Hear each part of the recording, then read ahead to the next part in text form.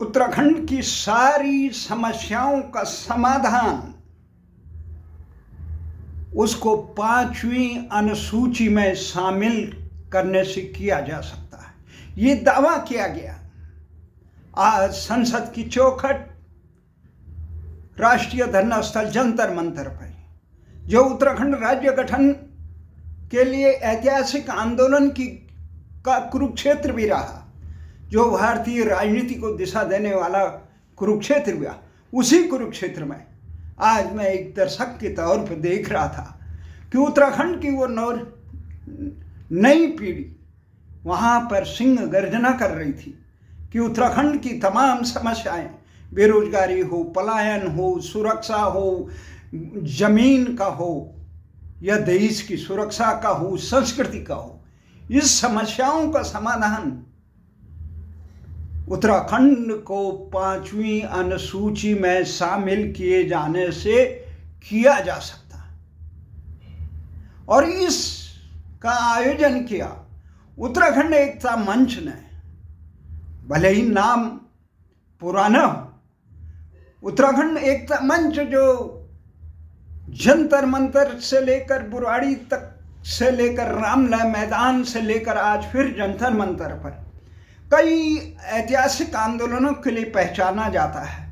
उत्तराखंड की भाषा, संस्कृति और उत्तरायणी मकरणी से लेकर राजधानी गैरसैंण, वो उत्तराखंड के हक हकूक़ों के लिए, उत्तराखंड के लोगों के दिल्ली में राजनीतिक वजूद के संघर्ष के लिए जो हुंकार कभी उत्तराखंड एकता मंच ने रामला मैदान में भरी थी, उत्तराखंड पंचायत के द्वारा जंतर मंतर को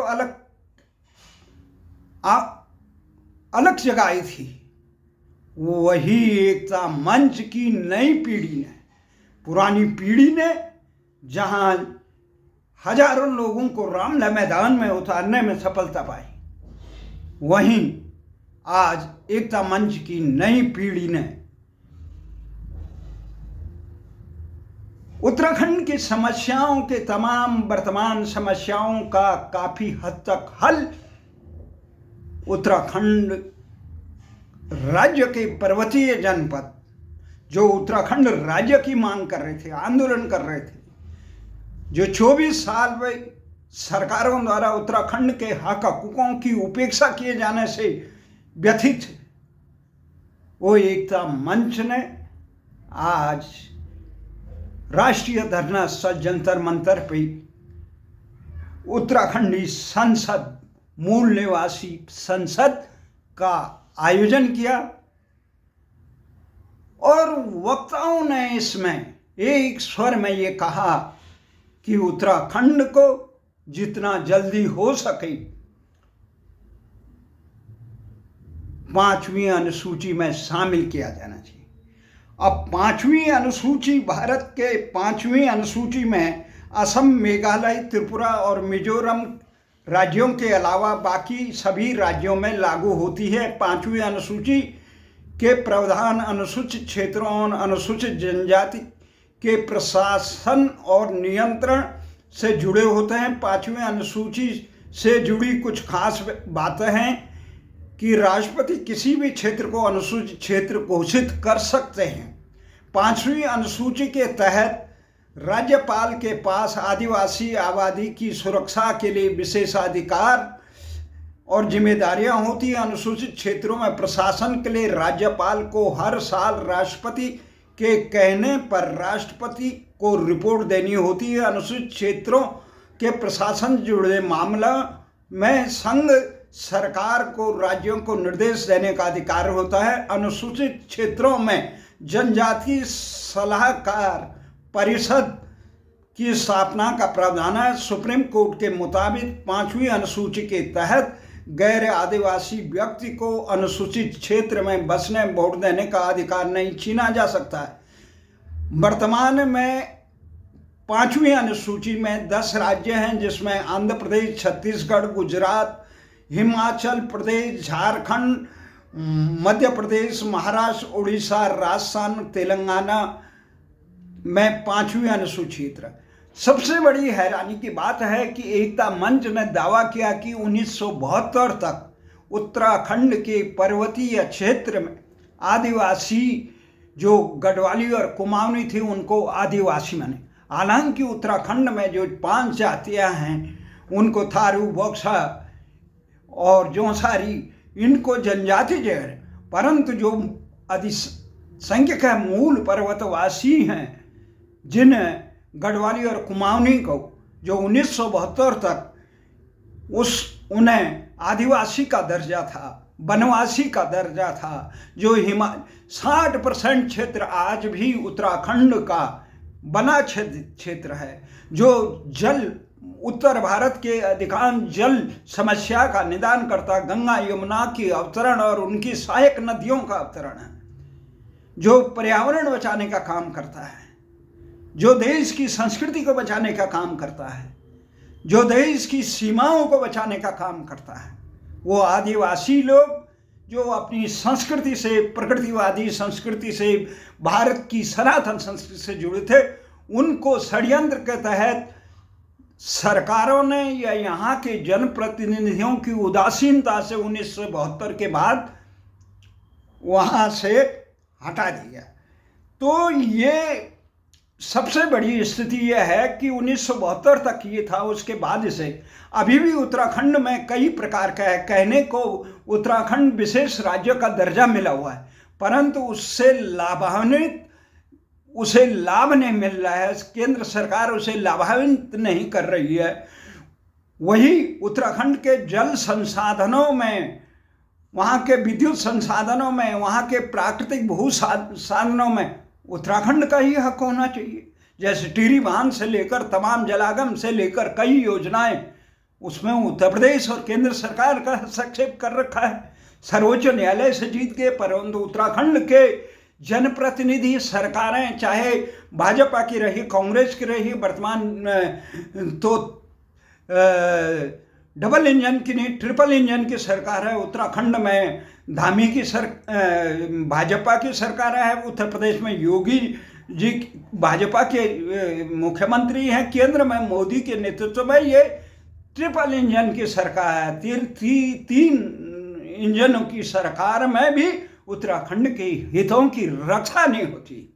जो प्रधानमंत्री जी कहते थे उत्तराखंड का पानी और उत्तराखंड का जवानी उत्तराखंड के काम कैसे आएगा। तो आज जहां पूरे देश में राजनीतिक दल और उत्तराखंड में भी जो संसद में अंबेडकर चर्चा के दौरान अंबेडकर पर गृह मंत्री अमित शाह द्वारा बात आ गई थी, तो उस विवाद को सुलझाने के लिए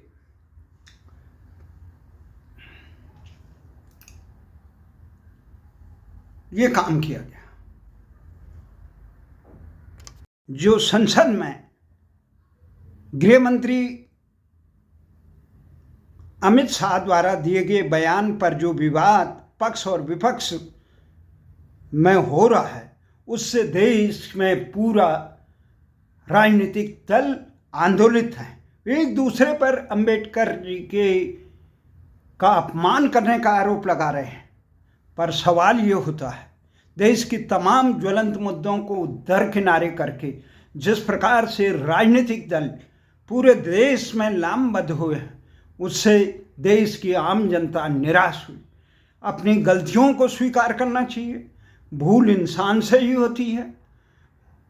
वहीं दूसरी तरफ आज जंतर मंतर पे उत्तराखंड एकता मंच के जो राष्ट्रीय संयोजक हैं अनूप बिष्ट और उसके कर्ता धर्ता हैं निशांत रोथाण, महेंद्र रावत सहित साथी, उनके आह्वान पर ये आज कई दर्जनों उन्होंने बैठक उत्तराखंड और उत्तराखंड से बाहर रहने वाले उत्तराखंडी समाज के लोगों के बीच में, प्रबुद्ध लोगों के।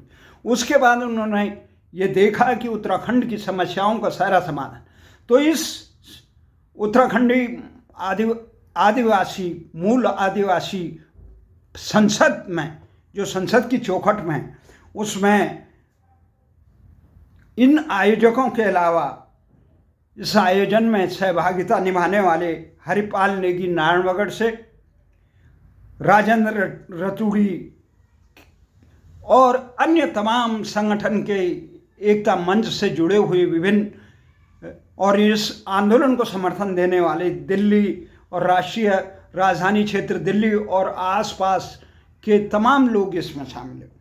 इस आंदोलन में सम्मिलित होने के लिए मैंने देखा कि वहाँ कमांडेंट हिम्मत सिंह नेगी जो नारायणगढ़ क्षेत्र के हैं, उत्तराखंड में अधीनस्थ सेवा चयन आयोग के पूर्व सदस्य महेश चंद्र जी, प्रताप नगर के विधायक नेगी जी और उत्तराखंड एकता मंच के पुराने संस्थापक जो पहली पीढ़ी के थे सुरेंद्र हालसी जी, जो गैरसैंण आंदोलन के साथ भी जो एकता मंच ने यहाँ दिल्ली से लेकर गैरसैंण होते हुए 2 अक्टूबर को जंतर मंतर तक जो कई दिनों की यात्रा की, उसके संयोजक थे सुरेंद्र हालसी जी।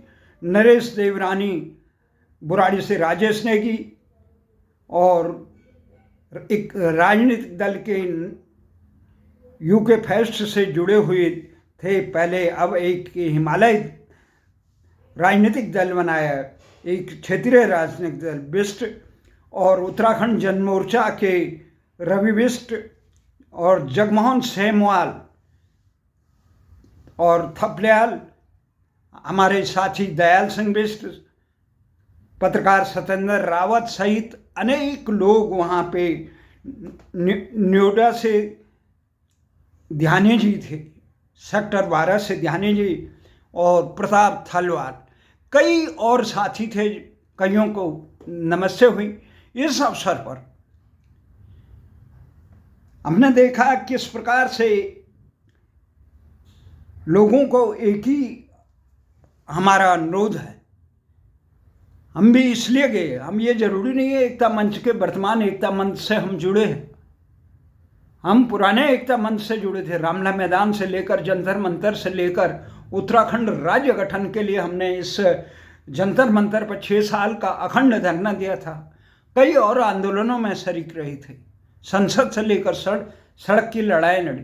पर आज हमने कहा ये उत्तराखंड के हित का मामला है, समाज का मामला है। संगठनों की दूरियां हो सकती हैं, वैचारिक मतभेद हो सकते हैं, परंतु जहां जनहित का मामला हो, प्रदेश हित का मामला हो, समाज के हित का मामला हो, न्यायोचित मामला हो, ऐसे मामले में उत्तराखंड राज्य आंदोलन के लिए हम भारतीय जनता पार्टी उत्तरांचल प्रकोष्ठ के चुनाव प्रदर्शनों तक संसद के गोल मेथी चौक तक गए।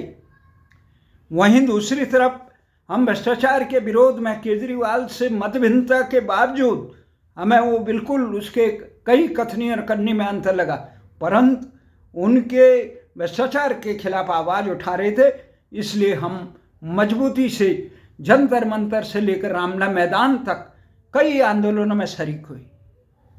तो ये नहीं कि आपको खड़े रहना चाहिए, जनहित के मामलों में अपने अहम को दरकिनारे करके खड़े रहना चाहिए।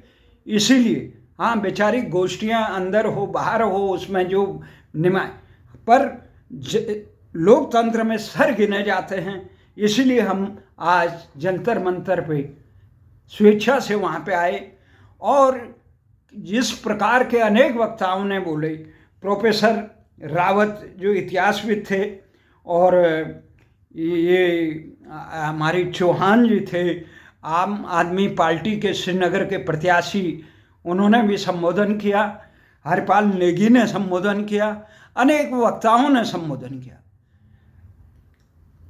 तो उसमें जो मुख्य बात रखी संयोजक अनूप बिष्ट ने, उन्होंने क्या कहा ये आपके सामने है।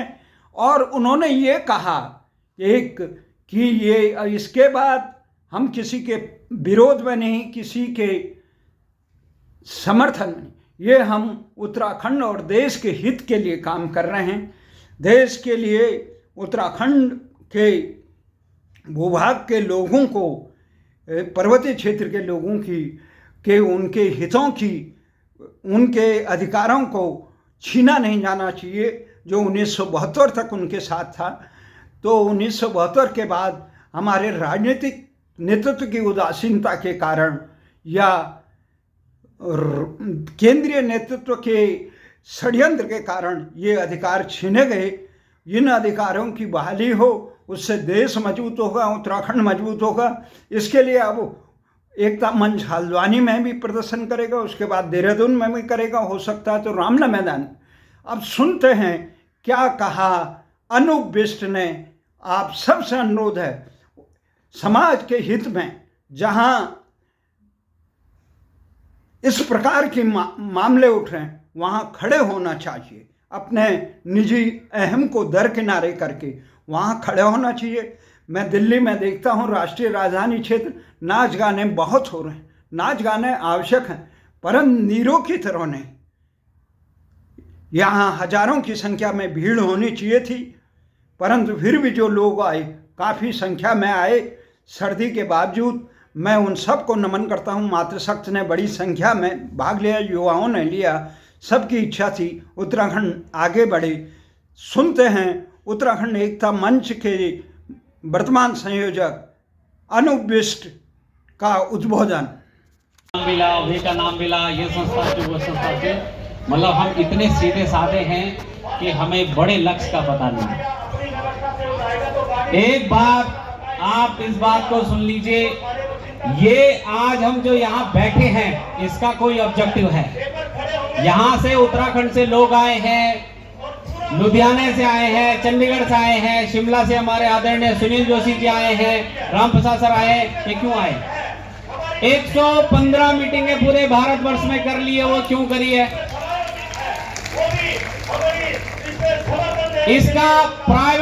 इसका विधानसभा में प्राइवेट बिल आ गया, वो क्यों आया है? अब समझिए इस बात को। हमें हमारी सबसे बड़ी प्रॉब्लम क्या, हमें उत्तराखंड क्यों छोड़ना पड़ा जी? रोजगार, हाथ खड़ा कर दिए, हाँ या ना? रोजगार था ना हमारा पहला मुद्दा। रोजगार के लिए हम लोगों ने क्या करा? अपने पहाड़ों को, अपनी देवी देवताओं का छोड़ के और प्लेन की तरफ आने लगे। आगे जी। लेकिन एक क्वेश्चन मैं सबसे पूछूंगा, इस बार हाथ खड़ा कर देना, किसको कैसे उम्मीद है? आप में से किसको अपने दम पे यह उम्मीद है कि वो घर वापसी कर लेगा अगले 20 साल के अंदर? वो हाथ खड़ा कर दे अपने दम पे। और वो क्या माध्यम है? 5वीं अनुसूची। क्या माध्यम है जी? 5वीं अनुसूची क्या होती है, इस बात को हमें समझना पड़ेगा। ये बात यहां से आपको लेके जानी पड़ेगी। 5वीं अनुसूची वो चीज है जो आपको पूरे उत्तराखंड के पहाड़ के, नदियों के, जंगलों के अधिकार देता है। और इससे जो भी संसाधन निकलेगा उससे रोजगार का अधिकार सबसे पहले किसको मिलेगा? उत्तराखंडियों को। किसको मिलेगा जी? इसलिए बैठे हम। दूसरा, हमारे यहाँ पे चाहे हरिद्वार हो, चाहे उधम सिंह नगर हो, हमें इस बात को स्वीकारना है, वो भी उत्तराखंड के पार्ट है। लेकिन इस बात को समझिए कि उत्तराखंड का पहाड़ी इलाका देवभूमि है, और वो देवभूमि सिर्फ उत्तराखंडियों की नहीं है, पूरे भारतवर्ष की देवभूमि है। और उस देवभूमि को बचाने का कर्तव्य किसका? सिर्फ उत्तराखंडियों का नहीं है, वो पूरे देवभूमि बचाने का जो संकल्प लिया है, ये लेना पड़ेगा, वो पूरे भारतवर्ष का है। इसको आप ऐसे समझिए। हम लोग मोटा सा उदाहरण समझ लीजिए, जब भी हम पे कोई संकट आता, हम लोग कहां जाते हैं? उत्तराखंड जाते हैं ना, अपने देवी देवताओं को हाथ खड़ा करके बोल दिए हाँ या ना? जाते हैं ना? क्यों जाते हैं? इसलिए कि हमारा संपन्न, हमारे इष्ट देवी देवताएं पूरे संपन्न रहे, इसीलिए हम जाते हैं। लेकिन ऐसी क्या व्यवस्था हो गई कि यही दिल्ली में दिलवर सिंह नेगी के हाथ पांव काट दिए जाते हैं, यहीं पे हमारी किरण नेगी भंडारी, किरण नेगी का बलात्कार किया जाता है, वहीं उत्तराखंड में अंकिता के साथ दुर्घटना की जाती है। आप मुझे बताइए, बेरोजगार के लिए, बेरोजगार का जो माध्यम, जो सबसे बड़ा प्रॉब्लम है उत्तराखंड का, उस बेरोजगारी के चलते से माइग्रेशन भी यही हो रही है। तो इन सारी समस्याओं का एक ही समाधान है जी, क्या है? 5वीं अनुसूची। अब आप इसको समझिए, मोटा उदाहरण समझिए। कितने लोगों को ऐसा लग रहा है कि आज की डेट में उत्तराखंड के जो युवा हैं वो 35 साल के ऊपर उनकी शादियां नहीं हो रही? हाथ खड़ा करके बता दीजिए। आपको पता है क्यों नहीं हो रही उनकी शादी? बस उनका माइग्रेशन, उनका जो हमारी पहाड़ की लड़कियां हैं वो एक संपन्न परिवार के साथ शादी करना चाहते हैं, संपन्न व्यक्ति के साथ शादी करना चाहते हैं। जब हमारे युवाओं को रोजगार ही नहीं मिलेगा तो वो तो जाएंगे ही। मुझे एक उदाहरण और दिए, एक समझ में और दीजिए कि संस्कृति, सब लोग बोलते हैं हमारी उत्तराखंड की संस्कृति बचाओ, तो क्या बचाने के लिए कोई और व्यक्ति आएगा या वो संस्कृति बचाएगा? जो एक गढ़वाली एक गढ़वालन या कुमाऊनी से, या एक कुमाऊनी एक गढ़वाली या कुमाऊनी से शादी करेगा तब संस्कृति बचेगा? या फिर हमारा उत्तराखंड का युवा कहीं नेपाल से लाएगा, कहीं महाराष्ट्र से लाएगा, कहीं से लड़के लाएगा, संस्कृति बचेगी कि नहीं बचेगी? नहीं बचेगी ना। तो उसका माध्यम क्या है? अब बड़ा उदाहरण समझिए। वो लोग हाथ खड़ा कर दीजिए यहाँ पे जो जौनसार से, हाथ खड़ा कर दीजिए जो जौनसार से हैं। वो लोग हाथ खड़ा कर दीजिए जो नीतिमाड़ा से हैं। वो लोग हाथ खड़ा कर दीजिए जो थारो समाज से वो रखते हैं। वो लोग हाथ खड़ा करिए जो बोक्सा समाज से रखते हैं। वो लोग हाथ खड़ा करिए जो राजी समुदाय से रखते हैं। करिए हाथ खड़ा। आपको पता है ये लोग यहाँ क्यों नहीं बैठे? क्योंकि ये सचिवालय में बैठे हैं। किसके माध्यम से? ट्राइब स्टेटस के माध्यम से। और उत्तराखंड की 7 समुदाय हैं, ये 5 मैंने बता दी। और दूसरी और लास्ट और सेकंड लास्ट क्या है? गढ़वाली और कुमाऊनी। और यहाँ मैक्सिमम कौन बैठा है जी? गढ़वाली और कुमाऊनी। अब हमें मजबूर किया गया माइग्रेशन करने के लिए। और आप देखिए कि अगर हम ट्राइब का दर्जा मांगते हैं, थोड़े दिन पहले मैं ये सुनने में आ रहा हूं कि हमारे उत्तराखंड की सरकार भी शायद नेपालियों के लिए कुछ वैकेंसी या कुछ एसटी का दर्जा देने की बात कर रही है। और जैसी एसटी का दर्जा, या मेरे हिसाब से उधम सिंह नगर में नमो शूद्र को एक आरक्षण की बात चल रही है, जैसे ही उनको मिलेगा जो पूरी पाकिस्तान से आ रखे हैं वो लोग मूल निवासी बन जाएंगे। क्या बन जाएंगे जी? और हम लोग आज तक, हमें मूल निवासी का तंबा लेने के लिए हम लोग आज तक घूम रहे हैं, आंदोलन कर रहे हैं। और मूल निवासी आंदोलन का मतलब आप समझिए कि हम कुछ मांग रखना चाहते हैं। और भू कानून, एक और बात समझिए, आप में से कितने लोग लगते हैं कि भू कानून लगते ही आप यहां से अपना बोरी बिस्तरा बांधेंगे और उत्तराखंड की तरफ चले जाएंगे? किसी को नहीं लगता है, क्योंकि है ही नहीं खेत किसी के पास। हम लोग भूमिहीन हैं। भारतीय डॉक्यूमेंट के हिसाब से अगर मानेंगे तो 90% लोग उत्तराखंडी तो भूमिहीन है। आप भू कानून लगाने की बात कहां कर रहे हो? आप मूल निवासी का दर्जा किसको दिलाने की बात कर रहे हो?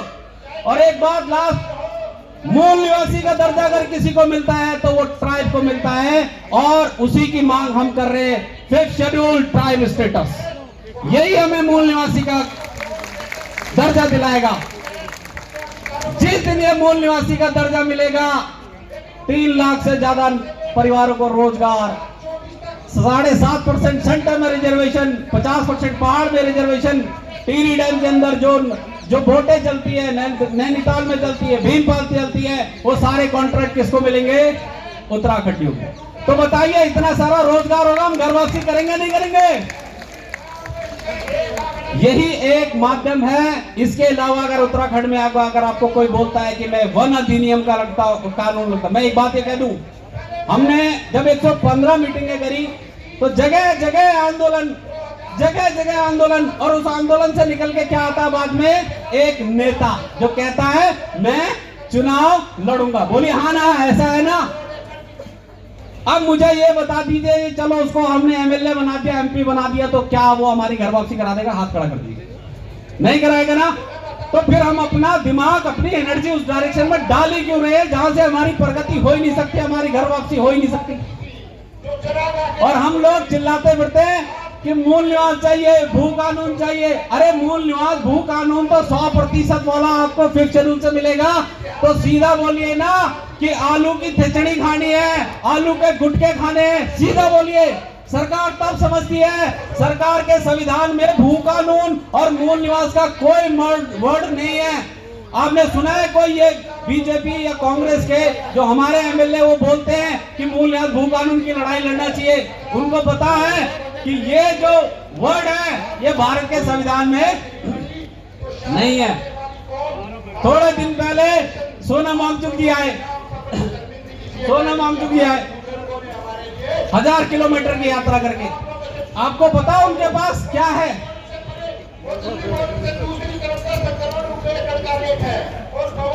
उनके पास 97% लोगों के पास ट्राइब का स्टेटस है। कौन सा? वो देखिए ट्राइब का स्टेटस लिखा, वो उनके पास है। लेकिन उसके बाद भी वो लोग 1000 किलोमीटर की यात्रा चल के आए। क्यों? क्योंकि उनको पहाड़ और नदियों पर अधिकार चाहिए थे। और अधिकार कौन देता है? 5th schedule. ये 5वीं अनुसूची, ये 5th शेड्यूल ही आपको नदी और जंगल पर अधिकार देगा। उसके बाद उन्होंने यहाँ मूवमेंट किया, आंदोलन किया। अब आप सोचिए, उनको, उनके लद्दाख के लोगों को 95% में IAS, IPS और ब्यूरोक्रेट्स फर्स्ट क्लास जॉब में रिजर्वेशन मिल गया है। बताइए, उनको 2 सीटें होने जा रही है, उनके 5 जिले बन चुके हैं। उनका हो सकता है कि आने वाले टाइम पे पूर्ण राज्य का दर्जा मिले। और ये सारा कितने साल में किया उन्होंने? 4 साल में। 4 साल में उन्होंने ये सफलता प्राप्त कर ली, क्योंकि उनको पता था कि सही रास्ता मांग मांगने का क्या है। ये है उनका सही रास्ता। इसीलिए अब उत्तराखंडी जाग गया है। सही मांग, सही दिशा, और हमारा बच्चा सही दिशा में जाएगा। हमारी बेटियों के साथ रेप नहीं होंगे। हमें ST कानून चाहिए, ये 5th शेड्यूल ST कानून देता है। हमारी बेटियों को जो सुरक्षा मिलेगी वो 5th शेड्यूल ही देता है। सारा युवा हमारा, देखिए उत्तराखंड में सारा युवा हमारा रोडों पे रोजगार के लिए, वो कहां से मिलेगा? 5th शेड्यूल से। मैंने पहले कहते जब इतनी सारी रोजगार होगा तो वो यहीं से मिलेगा। तो मैं ये उम्मीद करता हूं कि बताइए, उत्तराखंड में अगर हमें घर वापसी करनी है, या उत्तराखंड में बैठे हुए युवाओं को रोजगार दिलाना है, या उत्तराखंड में बैठे हुए बेरोजगार के या रोजगार मिलने के बाद शादी करानी है, तो वो सर 5th शेड्यूल है। नहीं तो मार कर लीजिए, हमारी लड़कियां बाहर शादी करेंगे और हमारे लड़के बाहर से बहुएं लाएंगे। और आप देख लेना, ये जो दूसरे समुदाय से मिलके और जो गढ़वाली गुमाम में बचाते हैं, इसे एक नई लैंग्वेज लिखेगी। ना वो लैंग्वेज आप समझोगे ना हम समझेंगे। तो संस्कृति संरक्षण कहां से मिलेगी जी? जोर से बोलिए, संस्कृति संरक्षण कहां से मिलेगी? रोजगार कहां से मिलेगा? सुरक्षा कहां से मिलेगा? हमारी बच्चों को सुरक्षा कहां से मिलेगा? घर वापसी किससे होगी? ये चीज है जी, ये है सही मुद्दा। इस बात को समझिए। आपको बहुत सारे मंच मिलेंगे, लोग आंदोलन कर रहे होंगे, कुछ भी कर रहे होंगे, लेकिन एक बात को और समझ लीजिए। एक नेता मेरे पास आए कि यार ये तो हम तो राजनीति करना चाहते हैं। अरे भाई, राजनीति तो ये मैं हूं। जब उत्तराखंड में 5th शेड्यूल लगलू तो सबसे पहले हम क्या कर, आधार कार्ड और वोटर कार्ड का शिफ्ट कर। कहां शिफ्ट करेंगे हम आधार कार्ड वोटर कार्ड? पहाड़ में। तो जनसंख्या कहां बढ़ेगी? रिवर्स माइग्रेशन यहां से कहां होगा? कहां के लोग? और लास्ट में मुझे बताइए, परिसीमन तो जनसंख्या के आधार पे ही होता है। तो जनसंख्या जब बढ़ेगी तो राजनीति में उन राजनेताओं का अस्तित्व रहेगा। इसलिए उनको इस मुद्दे के साथ जुड़ना जरूरी है।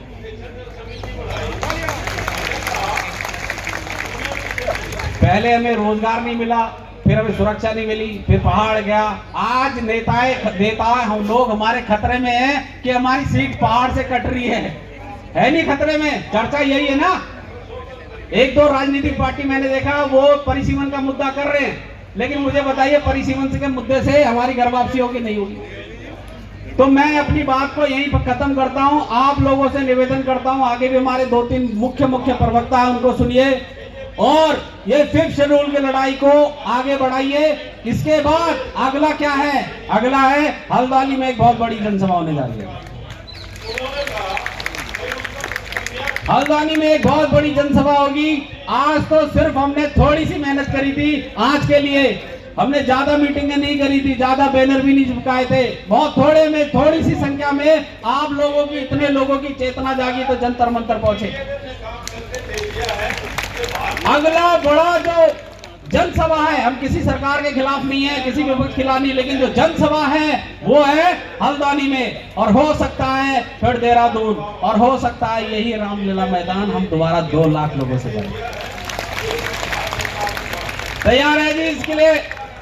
जिसको राजनीति बतानी है अपनी वो यहीं आए, जिसको रोजगार चाहिए वो भी यही आए, इसके अलावा कोई रास्ता नहीं है। हमने सारे लोगों से, चाहे सुप्रीम कोर्ट के रिटायर्ड जज हो, सबसे कंसल्ट कर लिया है। उत्तराखंड के अलावा, फिफ्थ शेड्यूल के अलावा और कोई रास्ता नहीं है, कोई रास्ता नहीं बचता है। आप ये समझ लीजिए कि जौनसार की लड़की जौनसारी से शादी करती है, जौनसार का लड़का कहीं भी शादी कर लेता है। जौनसार की लड़की इसलिए बाहर शादी नहीं करती है क्योंकि उसको पता है उसके पास जो ट्राइब का अधिकार है वो उनके बच्चों के लिए क्या हो जाएगा जी, खत्म। क्या हो जाएगा? इसीलिए वो नहीं करती है। अगर हमें ट्राइब का दर्जा मिल जाता है तो हमारी बेटियां क्या बोलेंगी? हमारी बेटियां भी यही बोलेंगे कि अगर यू ट्राइबल दर्जा मैं अचीव, अगर मैंने क्या नॉन ट्राइबल तक शादी करी तो मेरी यू जो ट्राइबल अधिकार जो छीन चालू, मतलब ये तो यही से ही आपका संस्कृति का संरक्षण हो जाता है। हो जाता नहीं हो जाता? तो बोलिए जी, इस लड़ाई का आज से हमने स्टार्ट कर दिया है। बोलिए बद्री विशाल की।